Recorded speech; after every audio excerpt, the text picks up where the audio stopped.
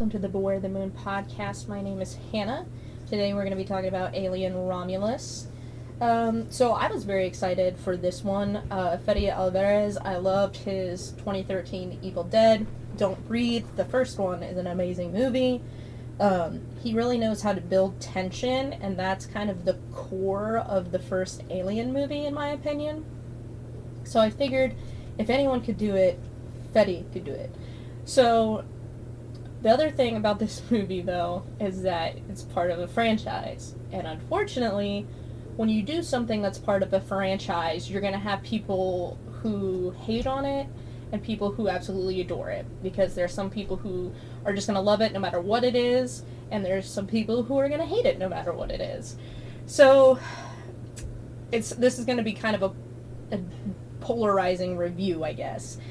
Just because the nature of the beast, right? Like, some people, like I said, are inclined to hate it. Some people are inclined to like it because it's part of a franchise. I'll also say I've only seen the first Alien movie, and honestly, because I just love that one so much. And I know the other Alien movies are kind of very different animals. So I don't, like, it's not as important to me to watch those ones as it is to watch the first one. And then this one looked like a return to form of the, like, kind of like the first one, and I think very much so it is. We get so much xenosy, it's insane. If you want to know what xenosy is, you can check out the link to Sophomore Challenge's channel. Like I said, the tense, like, atmosphere of the Alien movie is what makes it so effective, and there are lots of tension in this movie. And I realized that when, every sci-fi movie has, like, the moment the ship is, like, malfunctioning and there's, like, an electric pop. And that made me jump really hard in my seat, and I was pissed, because I was like, that wasn't even scary, like, that wasn't even supposed to be a scare. But it's because the tension was so good. There's a lot of dead bodies in this movie, which is really cool. A lot of them look super, super cool and just, like, very well designed. I have some questions, but overall I think the movie is worth it. It takes a good 30 minutes to get going, but that's kind of the nature of the thing. They're trying to tell a story. They're not trying to jump right in. It's not like you're piggybacking off the tail end of some other movie, or piggybacking off of, some flashback or something like that to, a ship that's being taken over by xenosy. Like, it starts with its own characters and its own ideas, and I think it's really fun. I think it's set up very well. I like the story. Like I said, I've got some questions, but overall, it's a good movie, and I love the practical effects. I do think it could have used more alive people. Like I said, you see a lot of dead bodies, so there's a lot of dead people. And it's not that the core actors are bad or anything. They're very good at what they're supposed to be doing. It's just, I think having more alive people would have just added some spice or something. It would have given us the body count we wanted. I think, unfortunately, because Alien Romulus is part of a franchise, we do have set expectations for how many deaths there should be, how many bodies there should be. I definitely had a set expectation that I didn't realize, and then I also had a set expectation for the tension levels in the movie, which I think was met. But if you're a fan of the original Alien, I would say, like I said, return to form. You just have to pretend you know nothing about Alien when you go in. Like, if you've never seen Alien before, this is a good movie for you. Because it's very much like the tension of the original. It's not like the original, but it is like the tension. It has the same atmosphere. So, definitely encourage people to go see it. That's my non-spoiler review. Usually when I do a review, I've seen the movie twice.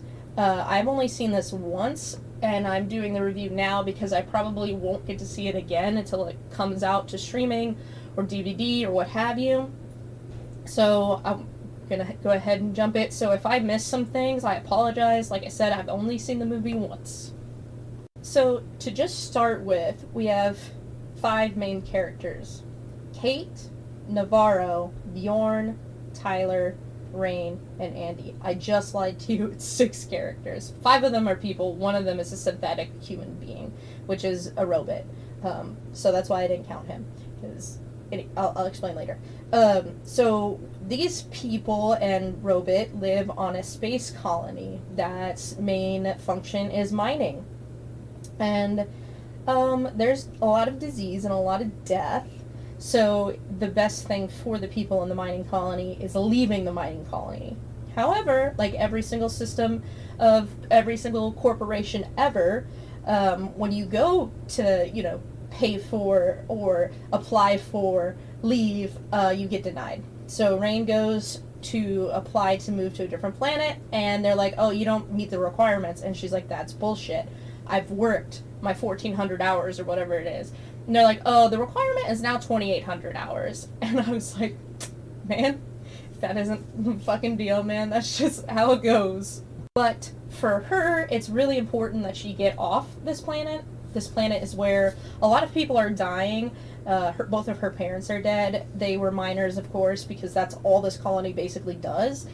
And this colony, there's a lot of people just dropping dead from new diseases, dropping dead from whatever they're mining up.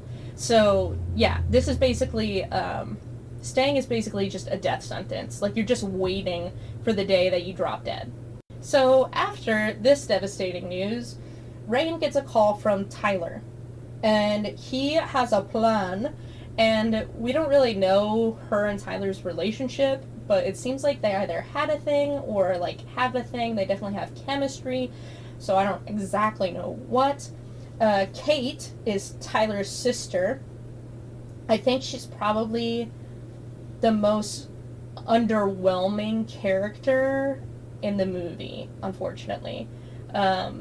We learn later on that she's pregnant, and that's kind of just her thing, is she's pregnant. Like, that's kind of it. Like, we don't get a ton from her personality, we don't get a ton from her background, like, none of that stuff. And maybe there's more if I rewatch, but just from the initial viewing, I'm like, this girl is like a cardboard cutout, essentially. Every other character has a more fleshed out personality, whereas she's just kind of like, she's the pregnant one.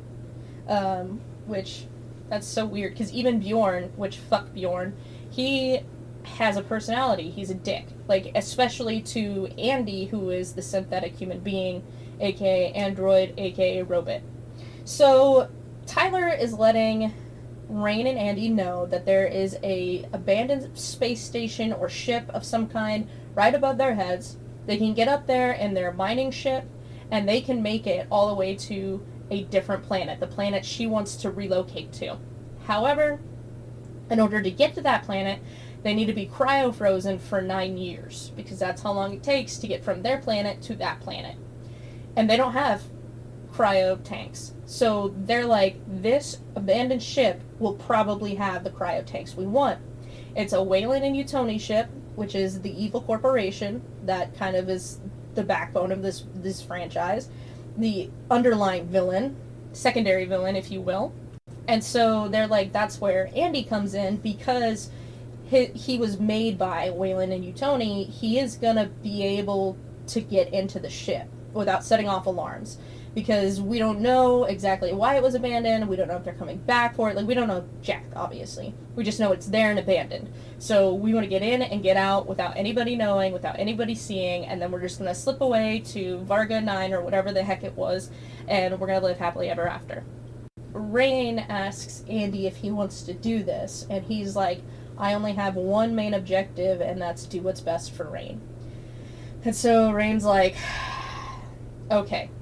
So this is where I'm like, we need to pump the brakes for a second. There's only 2,158 people living on this planet in this mining colony, and Tyler and Bjorn have really thick accents. Like, I think they're British, like Cockney kind of or whatever. And like, why? They literally have lived on the same planet as everyone else for their entire life, but somehow they have an accent, like, and a really, like, different one from literally everybody else on the ship. And it's wild, even wilder, because, like, Tyler has the accent, but Kate doesn't. And so I'm like, why? I don't understand why they have accents.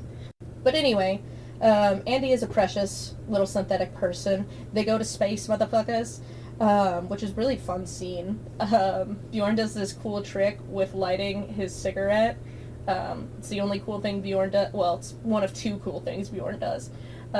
So they get up to space. Navarro is their pilot, and Tyler, Bjorn, and Andy are going to go onto this abandoned ship, which is more like a space station, and they are going to go get those cryo tanks. And Navarro's going to pilot to pick them up, and then they're all going to live happily ever after. This ship is split into two halves.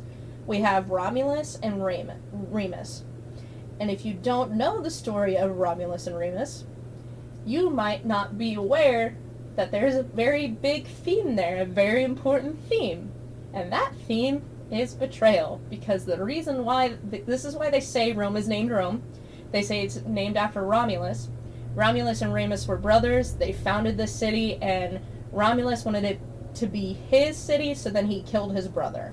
So, put that little information into your brain files, because it's going to come back. So, Tyler ascertains that it's very cold inside the ship, because things are turned off, and there's also no gravity on in the ship. Like, it's definitely, like, bumpy.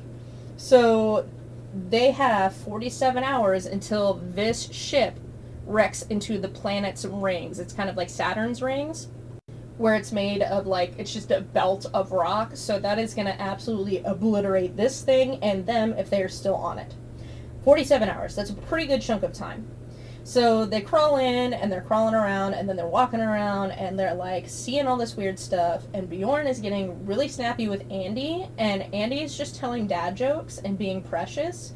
So maybe suck a Xenosea, Bjorn? But they eventually find the cryo tanks. Bjorn, they turn on the gravity again, and Bjorn falls and hits, like, a barrel, and I was like, good, thanks. Appreciate you guys. Can't wait for this one to die. And usually I criticize movies, like, for having a character that you want to die, but I think in this case it makes sense. Like, Navarro explains to Rain, because they're communicating back and forth with the guys on the ship, obviously, and so she can hear what Bjorn is saying to Andy, and she's like, why is he being such a dick?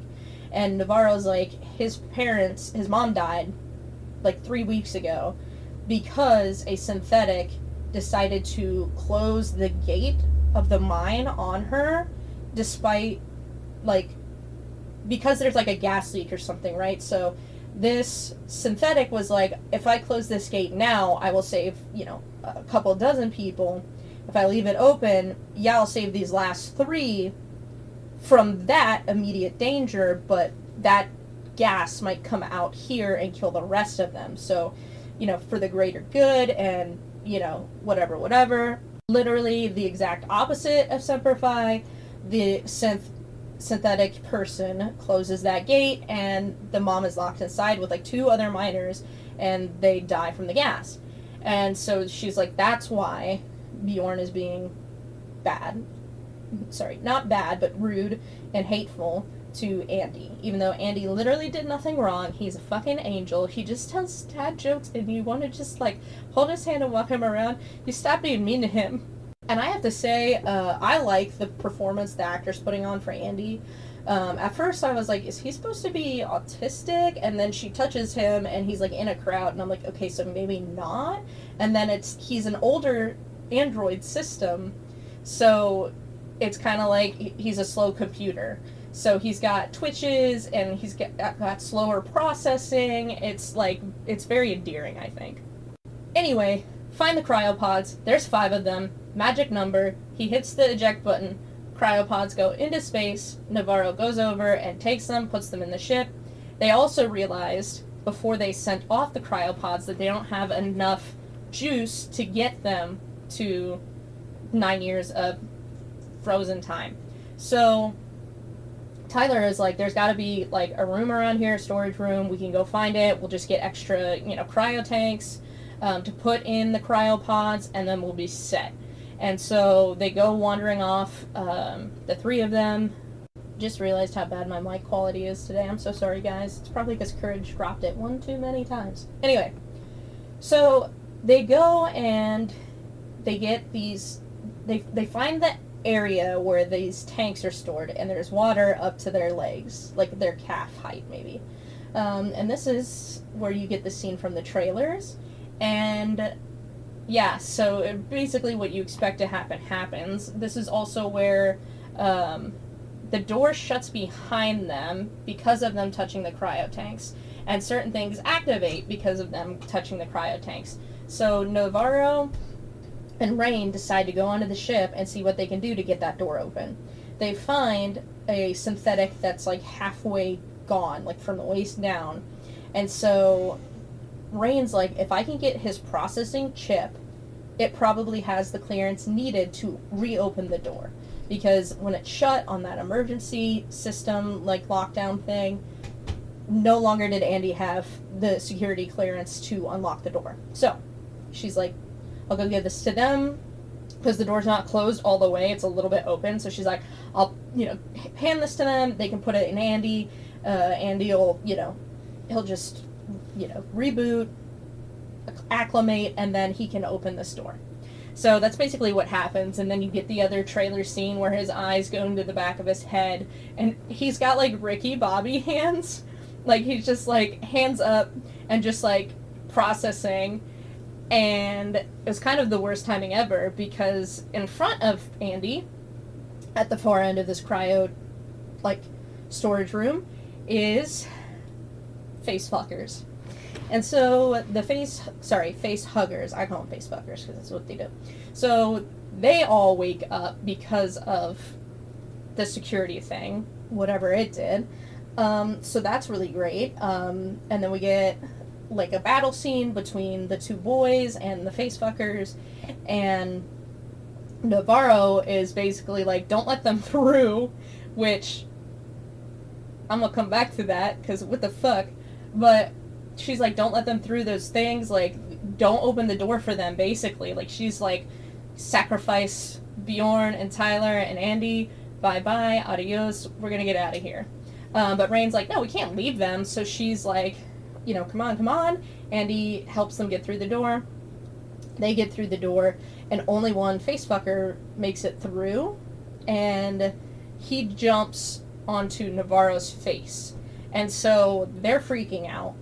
Andy has reacclimated. He's now functioning properly. He's got no more physical tics, and his speech is very level and perfect and just smooth. And so he explains to them they can't take that facefucker off of her face because of the way its tail is wrapped around her neck. He's like, if you pull on it, it'll snap her neck and she'll die.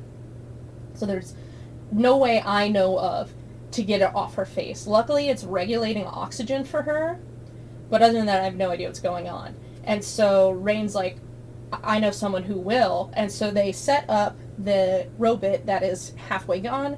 They put him on the table, and it's literally Ian Holm from the first Alien movie, who played Ash in that movie, which was that movie's robot. So it's him, so you kind of automatically are like, I don't trust this thing. This seems like bad news, bad juju. And he explains to them that the face fucker is literally doing that, and it's putting its eggs inside of Navarro's body.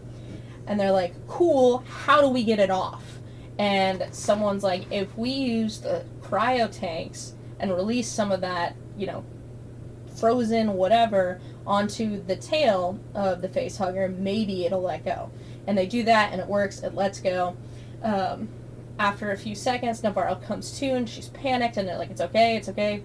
And Andy looks at Rook, the other android, the robot, and he says, what are her odds? And he says 60-40. So they're like, Andy's like, she cannot get on the ship. And they're like, that's fucked up. What are you saying? And he's like, I have to do what's best for Rain. And so he's trying to prevent Bjorn and Navarro, because Bjorn's helping Navarro, get on the ship, and it doesn't work. So they're on the ship, and Bjorn, like a dick, closes them in the ship and leaves Tyler and Rain behind with Andy, which, understandable that he's leaving Andy behind, but what the fuck, man? Your other two friends are still in there. And also, what the fuck, Navarro? You literally are like, fuck everyone else, you just want you to live? Like, nuh-uh. Especially, like, she's just out for herself, not the survival of the group, which, selfish little bitch. So, they go into the ship where Kate still is, and this is where we get the other cool scene from the trailer. Navarro had found this, like, x-ray, like, wand, so it'll x-ray your body just by putting this thing up to you, and she's like, that's cool. So she took it with her, put it in her bag, took it with her. She's on the ship, she can feel something happening in her chest, x-rays that mother, and sure enough, there's a Xeno baby up in that chest. So, obviously, it starts pounding out of her. Kate doesn't know what to do. She starts freaking out. Navarro starts convulsing. The little Xeno baby, he pops right out her chest. Does that, hello, my honey, hello, my no, just kidding, he doesn't do that. He runs off, but while Navarro was foaming at the mouth, etc., etc., Kate was brilliant and kicked the control for the ship, so now they're careening through space. And Bjorn is not strapped down. So, fuck you, Bjorn, you're getting what you deserve. He's, like, flying all around the ship. He's, like, getting tossed around like a ragdoll, and, like, yes, very good. Only good part of that. And, like, Kate, I know your friend is popping a Xeno baby out of her chest, but please focus. The ship is literally out of control right now. You will fucking die, and so will Bjorn, and so will Navarro. So, I get that the, like, chest bursting thing is, like, really horrifying and, like, probably kind of urgent, but this is even more urgent, okay? I just need you to focus. She doesn't focus up. Instead, she decides to, like, sob and freak out. And I'm not necessarily, like, not okay with that. I definitely understand, like, not everybody is gonna react rationally. Not everybody is going to respond to the situation in a rational way. They're humans. Their emotions are gonna come forward, and they're gonna make dumb choices. So, like, I understand that bit, but it's still frustrating to me. So, unluckily, the ship hits one of the space station's engines, so it kind of goes into a wonky direction, and then because of that, the ship luckily careens into one of the hangars. And it careens into Romulus Hangar 2. So they're on the Remus side, they know they have to go over to the Romulus side to get back to their ship. But, through the lovely glass door that separates Romulus and Remus, they can see a bunch of face fuckers just hanging out in the hallway, and they're like, that is not gonna bode, like, we're not gonna be able to do that one. Sorry, champ. And while Tyler and Rain are trying to figure it out, Andy goes back to talk to Rook. And Rook's like, you have a new primary objective now, and it's do what's best for the company. And then the other thing is, he tells them, like, they're humans, they're gonna react emotionally, you need to act rationally. Despite whatever they tell you, whatever they want, whatever they say, you need to be the one who's, like, acting rationally. Which, to a certain extent, he's definitely right. Because some of these choices they make are just fucking stupid. Anywho, so Andy comes back, they brainstorm, and Andy's like, these things hunt not by sight, but by sound and heat signature. And so they're like, what do you mean? And he's like, your body temperature, that's how they find you.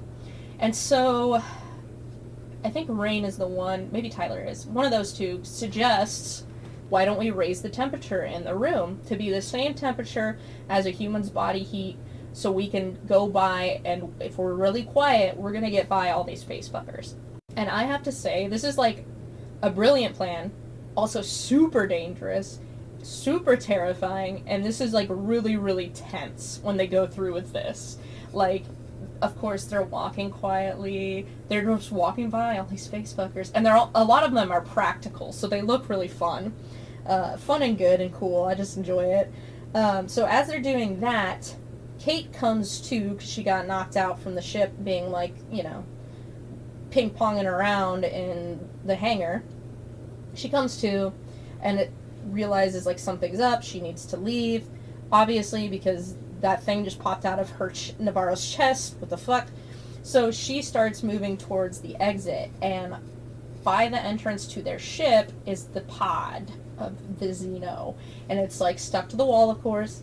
And Bjorn comes up, and he like tells her to be quiet. He takes this like tasing stick, and he plugs it into the ship to give it extra juice, and then he stabs it into the pod and just electrocutes the fuck out of this Xenomorph.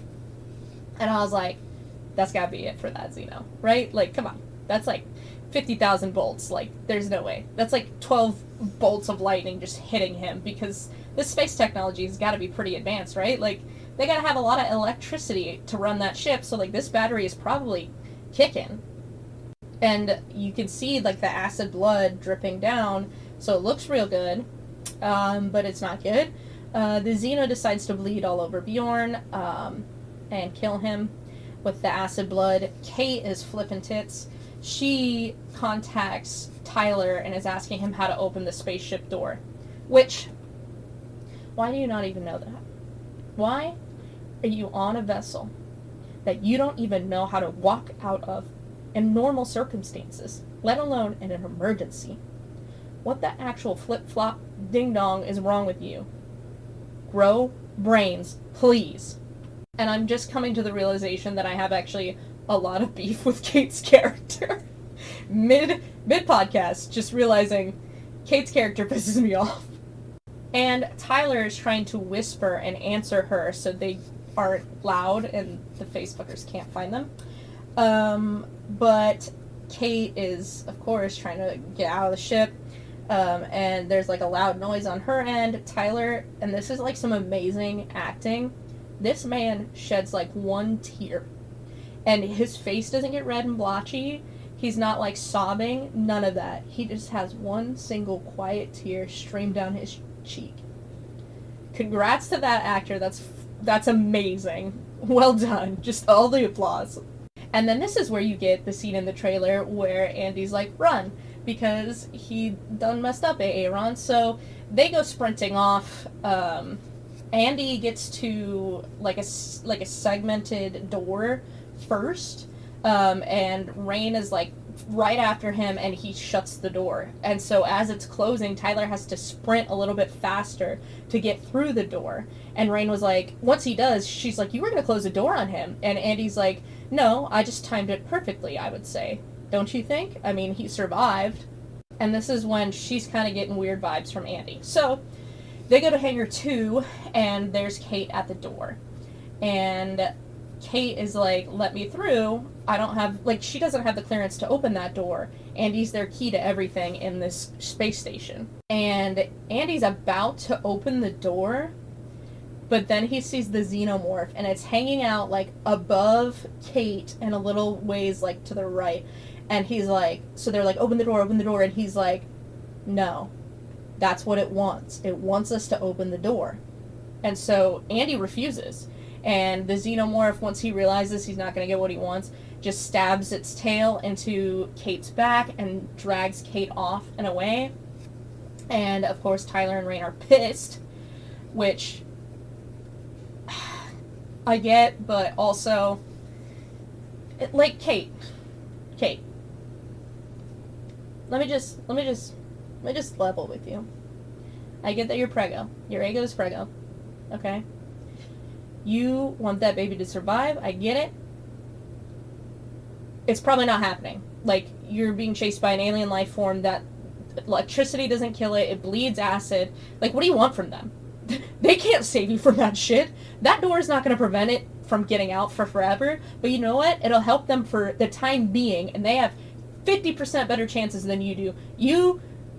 Like, if you're Kate in that situation, and your brother's on the other side of that glass, you're like, don't open the fucking door. Get out of here. go, distract this thing or whatever, find something to kill it, do not open this fucking door. That's what I would be doing if that were either of my brothers. I would be like, do not open that door. That's what it wants you to do. I'd be on Andy's side on this, 100%. But Kate is like banging on the door and begging and crying until she gets taken. And then Tyler's pissed, and then Rain's pissed, and then Rain's like, what's your primary objective, Andy? And he's like, do what's best for the company. And she's like, so Brooke had instructed Andy to go to the super fun lab with super fun gloopy gloppy stuff. So they get there and we get exposition dump. Basically, they're experimenting with the xenomorphs because the xenomorphs have this incredible ability to regenerate regardless of basically what you do to them, unless you blow them to literal pieces. And even that, you're going to get their acid blood. So, like, it's kind of rough for you if you want to live and you've got coming against a xeno. But Rook's saying that their company wants to take that power and harness it and give it to humans. And so there's this serum that has started to accomplish that, but they need to refine it more. So Andy's objective is to grab those serums, samples, and take them to the company. And basically, like, true is true, Andy wants them to live. Like, he wants Tyler and Rain to live, but if that at some point comes against his primary objective, he's going to turn on them. That's the way he's programmed. So at this point, they go off trying to find a different route to get to the ship. And basically what they're doing is they're going to go down to go up. So they're going to go down and around the bottom of the space station and then take this elevator all the way up to the top, so then they can run back around to Hangar 2 because they're betting on the xenomorph chasing them, betting on its nest not being in Hangar 2, and, I mean, obviously they're right, it's not in Hangar 2 because it's down at the bottom of the space station where they're trying to walk. Yay, so fun. So we get Hallway of Doom Part 2, and luckily Tyler and Rain have guns. Andy says you can't shoot them though, because if you do that, acid will drip from their body, and then a hole will appear in the ship, and then that'll create a vortex, and you'll be sucked out into space forever and ever. So they're like, why did you even give us guns then? And he's like, I mean, hopefully it just scares them. I mean, it'll buy you a little bit of time, maybe.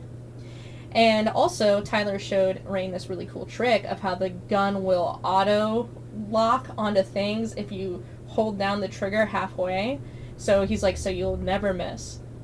and then she's like, how do you know all this? And he's like, video games and magazines. Which is such, like, the old school answer, and it's just funny to me. Now that I'm thinking about it, maybe it's a reference to a different Alien movie, but who knows? I don't know. So, there you go. Another fun thing that happened while they were in the Super Fun Lab is Rook showed them this video of them smashing a rat on purpose, which they apparently gave the serum to, and then the rat puts itself together and is alive again. So, like, literally, he's like, humanity is not meant to survive. There's disease after disease and, you know, colonies dying off. And, like, as he's speaking this part, they smash the rat, and I'm like, what the fuck does that have to do with anything? Why would you do that? But then he, like, comes back together. I'm, oh, okay. They're not just smashing rats for fun out in space, guys. They had a reason. So after they leave the room, though, we see the body of the rat is mutated outside of the cage, and it's gnarly looking. It's so cool. So obviously, the serum is a no-no right now. It's a no-go. We're still experimentationing, so don't touch it. Don't put that in your body, Ricky Bobby. Don't you stick that knife in your leg.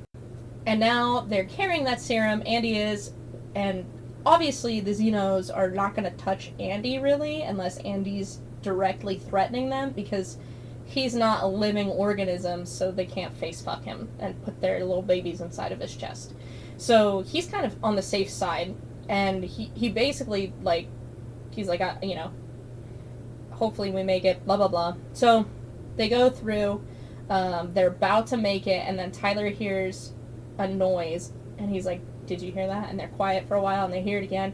And he's like, it's Kate, so they go after her, they find her, they cut her out of her little, like, their little like goop web thing on the wall. And then as they're doing that, they're like getting Kate back to the elevator, and Tyler gets hooked by a Xeno tail and taken away. And R.I.P. Tyler, you were the best. So much better than Bjorn. You were the man Bjorn could never be. So Andy comes back like a G, though, and gets the Xenomorph to run away, and then Kate... And then he malfunctions, so then Kate and Rain get in the elevator, and Rain decides to stop it midway, which... This is my problem, is like, why do you have... Like, they have a ladder up the side, right? Because you gotta have something like that in case of emergencies, but maybe also have, like, a fireman pole, because if you've gotta come from floor 300 or something, like, I don't want to have to, like, one step every single rung, or else I'm dead, you know? Anyway, she gets on that ladder, she sends Kate all the way up to the spaceship, and here's another thing. This is a nitpicky thing, but Kate has been stabbed, like, in the neck, basically. She's bleeding all over the place. This woman has been through hell. She saw Bjorn get murdered dead. She saw a thing come out of Navarro's chest, just burst it open like a stripper out of a cake, and now she's just, like, escaped a Xeno and has been attacked. She's bleeding everywhere. She's limping everywhere. There is no way that this woman is still pregnant. Like, there's no way she didn't miscarry. Like, come on. The first trimester is, like, the sketchiest time, and her brother doesn't know that she's pregnant prior to her being trapped in that hangar. And Rain's begging Andy to open the door when he doesn't, and she's like, she's pregnant. Please open the door. And Tyler's like, she's pregnant? And so, like, he didn't know. So I'm thinking, and it's not showing on her, so I'm thinking she's in the first trimester. This is a lot of stress, not just mentally or emotionally, but physically as well. Like, your body will be like, okay, we can't be supporting this other life form when we are not even supported here. It's gotta go. So, like, the fact that they're, like, still doing the pregnant thing, I'm not seeing it, friend. Anywho, she jabs that serum in her neck, which I already said, don't you stick that serum in your neck, Katie Bobby. But she doesn't. Dumbest idea ever. So, Rain goes back down and tells Andy she's going to fix him, but she needs to take that new module out of his system. And he's telling her, no, don't do that. And she's like, this is what's in the best interest for the company. You can't do anything if you're just here malfunctioning. And so he lets her do it, and then he kind of returns to normal ass Andy, which is super great. I miss normal Andy. So then they're trying to get away from the Xenos, because there's a ton of them. We see all the dead people along the walls. There's, like, masses of them, right? So these Xenos have been feeding on them, which they already established that, like, they can live without food and be fine. So they have been eating these people, bursting out of their chests and everything, and the reason why Kate wasn't, like, assimilated is because her body was already too stressed, and so the Xenomorphs were like, yeah, if we face fuck her, like, she's probably not going to be able to live long enough to have a chest burster come out of her chest. But all these other people weren't so lucky, yada yada. So they're running back through the hallway, and they get to the door they came in from, and Rook closes the doors and lets them know, I hope you make it, but this is what's in the best interest for the company. And fuck you, Rook, you piece of shit. This is why nobody likes robots. This is why everyone picks on Andy, because of robots like you. But as they're sitting there, Rain has a super funky idea, and that super funky idea is no gravity shootout. And I'm like, yeah, no gravity shootout, let's fucking go. So she turns off the G's, and Andy is, like, holding on to her so she can kind of be stable while she's shooting, and he's got his hand, like, holding onto a rail, and so she starts shooting Xenos. And their acid blood just starts, like, swirling around in this tunnel. And so it doesn't go through the floor, obviously, and it doesn't create a bad vacuum. But the other thing is, the system will only stay no G for so long, because it has to purge itself every, 10 minutes or whatever the heck it is. So, shootout, she nails them all, super cheat code, annihilates them. They start going to the elevator. They get in the elevator, they start going up, which, this is another thing that I'm kind of nitpicking, but, like, why would you not go over to the ladder and just, like, use that to boost yourself up, so that way when the G's come back, you can just hold on to the ladder and not fall to your death. Why are you not doing that? Why are you not doing that, guys? Why are you not doing that? But, they don't do that. And Andy is, like, further above Kate. Kate gets attacked by a Xeno. The G's come back on, and the Xeno grabs her and is holding her with its tail. And I have no idea what it's doing. I don't know if it's examining her. Is it setting her up? Because it literally, like, holds her up and to the ladder. And so I'm like, is it doing that on purpose? Because if it's not, that's, like, way too lucky. Like, there's no, like, does not compute. There's no way this girl's getting that lucky, you know? But, anyway, Andy lets the elevator fall, and because he was holding it up with one hand, because he didn't want Rain to get crushed, but now that she's at the ladder, he lets it fall, and it literally just smashes all the xenomorphs coming up the elevator, which is super fun. And so, there's one left, and it's attacking Rain, and Andy's near the gun, so he grabs the gun and starts shooting at it, and, like, the G's come back on, and he starts, like, going down and, like, murderizing it, and once they hit the top of the elevator, he's like, get away from her, you bitch. And I'm like, it's good. It's good line delivery, man. Anyway, so then, hooray, huzzah, they make it to the ship.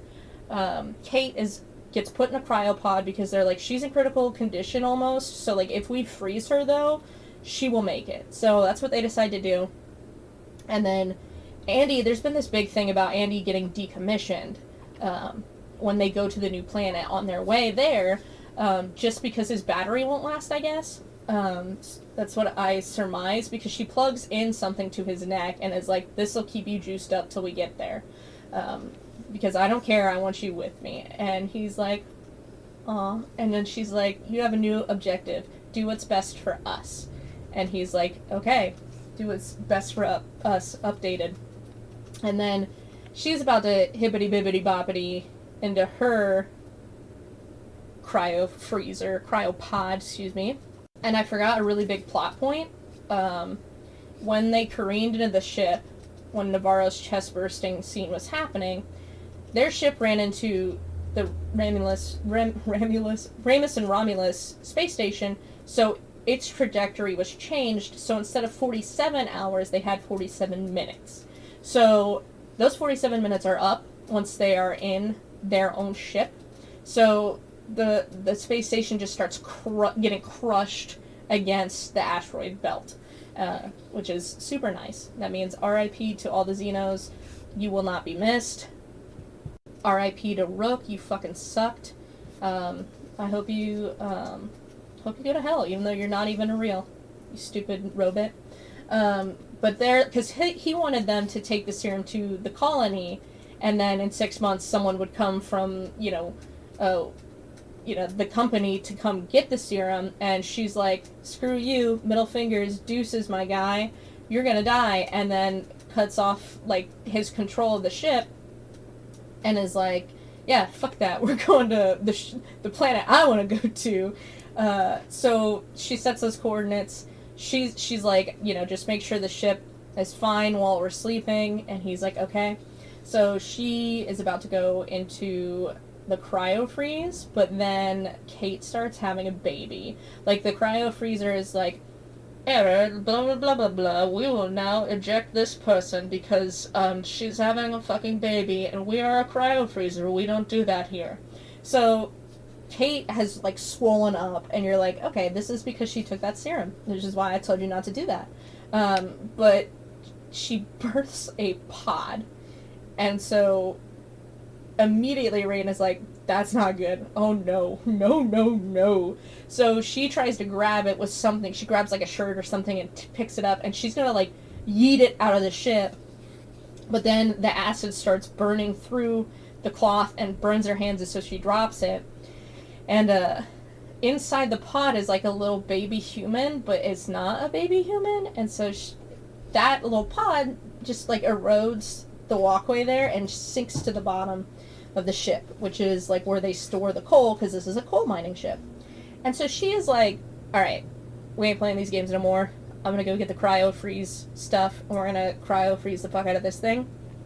And she goes and does that. She grabs that stuff. She goes down to like get him, but this thing is growing rapidly, and so it moved from where it dropped, and it is now up in the top of the ship, and it's very interested in its mother, and a kind of like the way maybe a shark is interested in a minnow.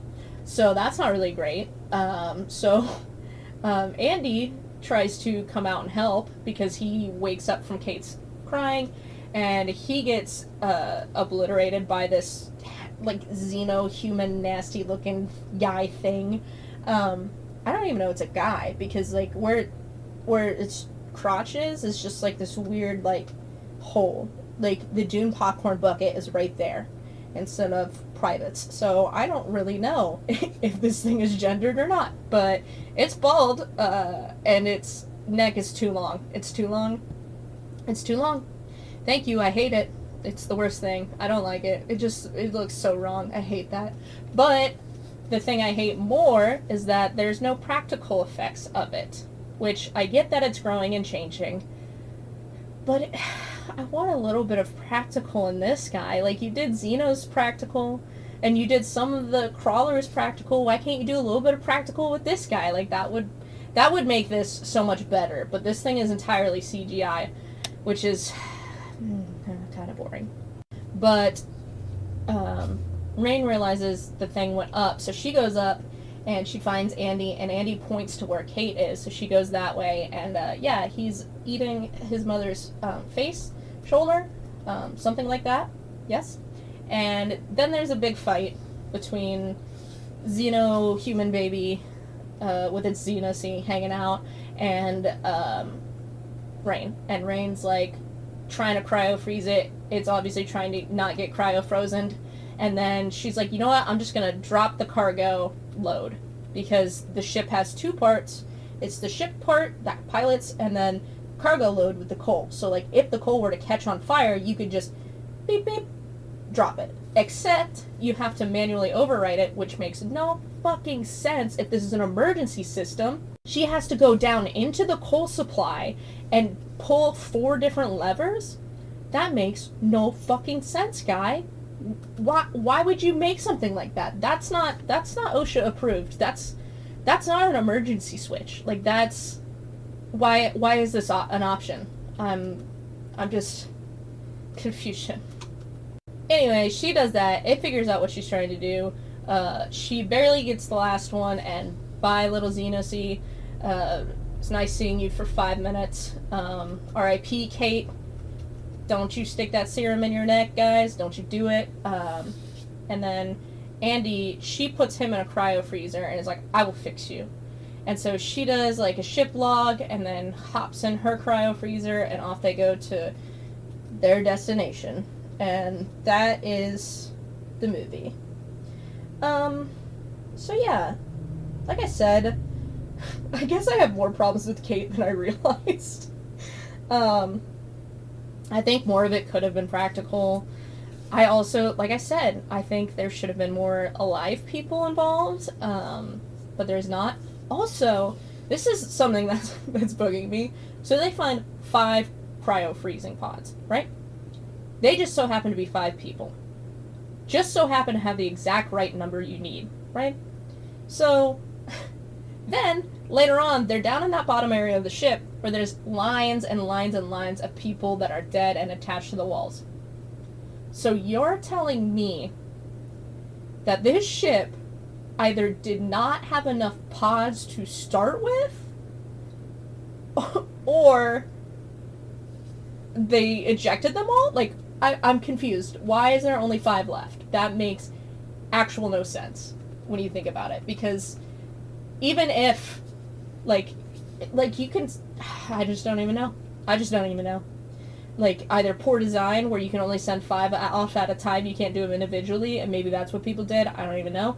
Or, they just did not plan ahead, this company, and they were like, fuck it, we ball, only 5 of you are coming back, because we say so, or, like, I just don't even know. I don't even know. Anyway, that's the general gist of Alien Romulus. I'm sure I missed some stuff. And I definitely missed some of the references, because some of them are references to other Alien movies that I did not see. So, that's, if you have seen them, maybe you'll recognize them. I don't really know. I've heard that the third Alien is garbage. I've heard that Prometheus is garbage. I've heard that Prometheus is great. So I'm just kind of scared to delve into those, which is why I kind of just stuck with the original and then this one. And like I said, I think this one kind of fits the requel kind of, I guess, like stigma, where it's like it takes things from the first one and carries them over, and then like you get legacy stuff going on, but it also does its own thing. So I like that, and I think it does it well, and I think it feels similar to the original. And I think a lot of people are going to be disillusioned with that just because it feels similar to the original. They're like, this has already been done before. Yeah, no shit, it's part of a franchise, you dingleberry. Of course it's going to be like the other ones. That's what the whole point is.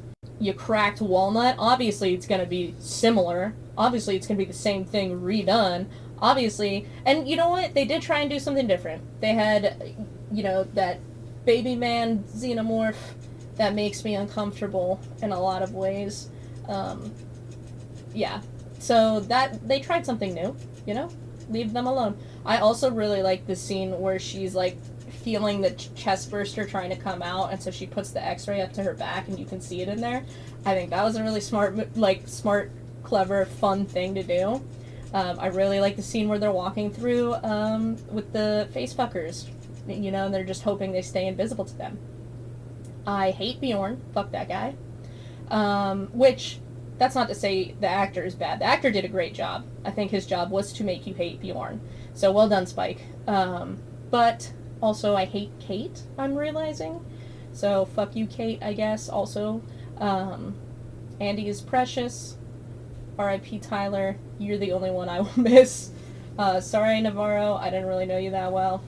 And like I said, I kind of wish there was more canon fodder, or more characters, something. And I really do like this storyline. Like, it's a smart storyline. It's something different and new, and we're not on a prison space colony, it's a mining space colony. We've got normal-ass people doing normal-ass things and trying to survive, and this is one of the ways they think they're going to do it, except the exact opposite happens for the most part. So I think I love the storyline, and I like the characters except Kate, and I even, I understand Bjorn's character enough that I don't hate him. Just fuck that guy. I would never be friends with that guy. I would never bring that guy. Fuck that guy.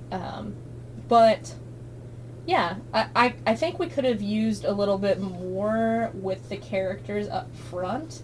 And I get that we're centered around Rain and Andy because we've got the Romulus-Remus thing going on, right? So they're quote-unquote brother and sister. That's what she considers him, is her brother. And her parents, her dad found him and reprogrammed him to have his main objective be do what's best for Rain. So he really is kind of like an older brother in that sense as well. So, it's kind of that Romulus and Remus thing. Are they going to betray each other? Are they going to do what's in their best interest? Or are they going to stick together and gun it out? And of course they do the latter, but I just think we could have used a little bit more character study with the other characters. Tyler, we get a pretty good view of him just because of the way he reacts to Rain, and the way he reacts to his sister, and the way he steps between Bjorn and Andy, and he does it pretty smoothly and pretty gently, but pretty firmly. So you can kind of see some of Tyler's character. Kate is just chaotic, cardboard cutout of a person. Navarro is just cannon fodder, which is fine. I think that's fine. You get a clear vision of who Rain and Andy are as well. And even Rook, who's the robot that luckily dies in the end. But, yeah, I just think it could have used a bit more characters, a bit more practical effects, too, and then, I don't know, maybe I can't think of what to cut. I think a lot of people have a problem with that second, third act where it's like, no, this is for real, the ending. And I initially thought I did because I just didn't like that thing, that baby man xenomorph thing. But I've come around to it and I'm okay with it. However, I don't know. I don't think it should have been a baby. I think maybe Kate goes, because of that serum, she goes like the rat does and just explodes or whatever the hell, and then that's the end, part of the end. I think that maybe would have been better. Would have cut the movie by a good 20 minutes too. Especially since that baby man Xeno is not practical. I mean, I appreciate the very obvious Xenacy on his crotch, but yeah, I don't know. I also appreciate that it's like tall, long-necked man instead of like tall woman with saggy boobs. So thanks for that, Fetty. I guess that's different, and I like that you didn't go with that. So thank you very much on that. Anyway, that's Alien Romulus. This is a bonus episode of the podcast, so we're still getting one at the end of this month on Tuesday, the last Tuesday of the month. And I know what I want to do, but will I do it? I really want to, but I don't want to have to watch this movie, let alone watch it twice. Yeah, it's going to be rough. Just because I know what the movie feels like. Anyway, so there's that at the end of the month. Check me out on Rumble at Beware the Moon Podcast. I do live streams over there of different things, play Stardew Valley, Among Us, sometimes Lethal Company, Skyrim, all kinds of different things. So check that out if you want to hear more about my voice, I guess. And then check out my YouTube as well, Beware the Moon Podcast. Check me out on Twitter at Beware Moon. And until then, be well and do well, and don't forget, don't try serums that you don't really know what they are.